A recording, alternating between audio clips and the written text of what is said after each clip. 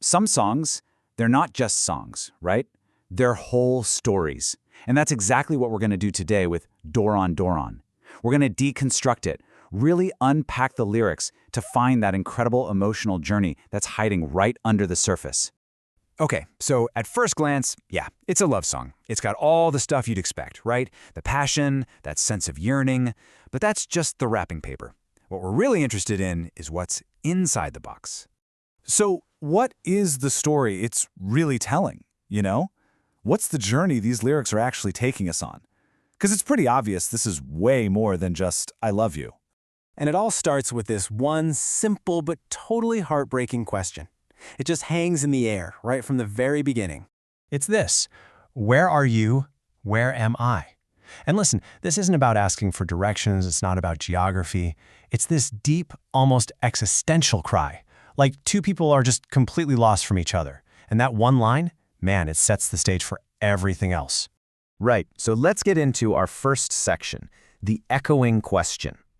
To really get this song, you have to start here. You have to understand the pain of separation that's packed into those first few words. And think about the feeling behind that.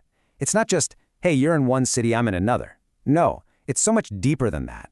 It's this disorienting feeling, an emotional, even spiritual distance. It's like their two worlds have just come completely unplugged from each other.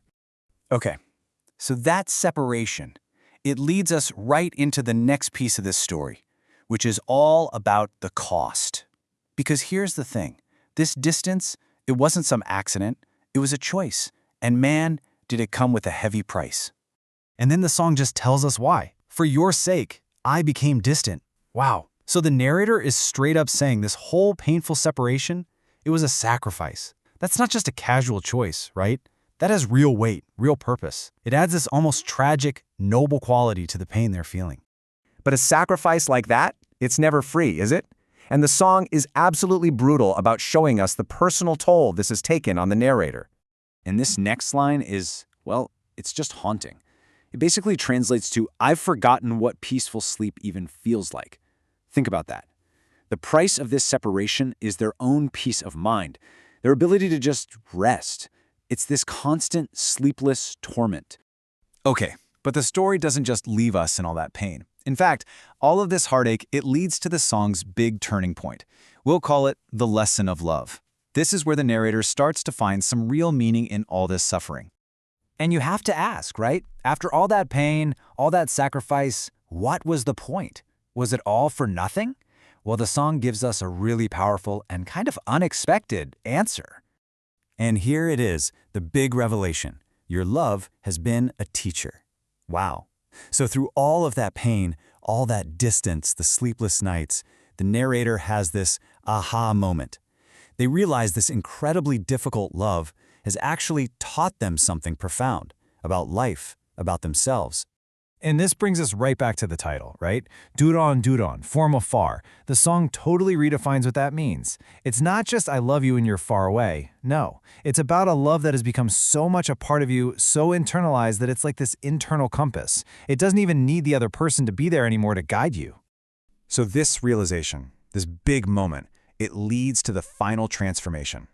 Let's call this last part a devotion from afar. This is the final stage of our narrator's whole emotional journey.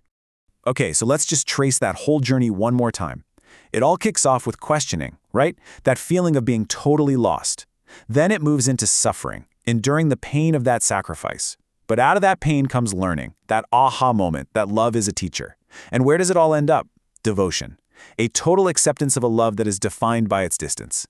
And this is so important. The song doesn't end with them getting back together. There's no fairy tale reunion. The ending is completely internal. It's all about the narrator finding peace, finding acceptance with this love that just lives inside them now, no matter how far away the other person is. And that's what the song leaves us with, this really thought-provoking question. Can a love that's defined by distance, a love that you have to carry inside you every single second of every day, can that actually be the most present, the most powerful kind of love there is?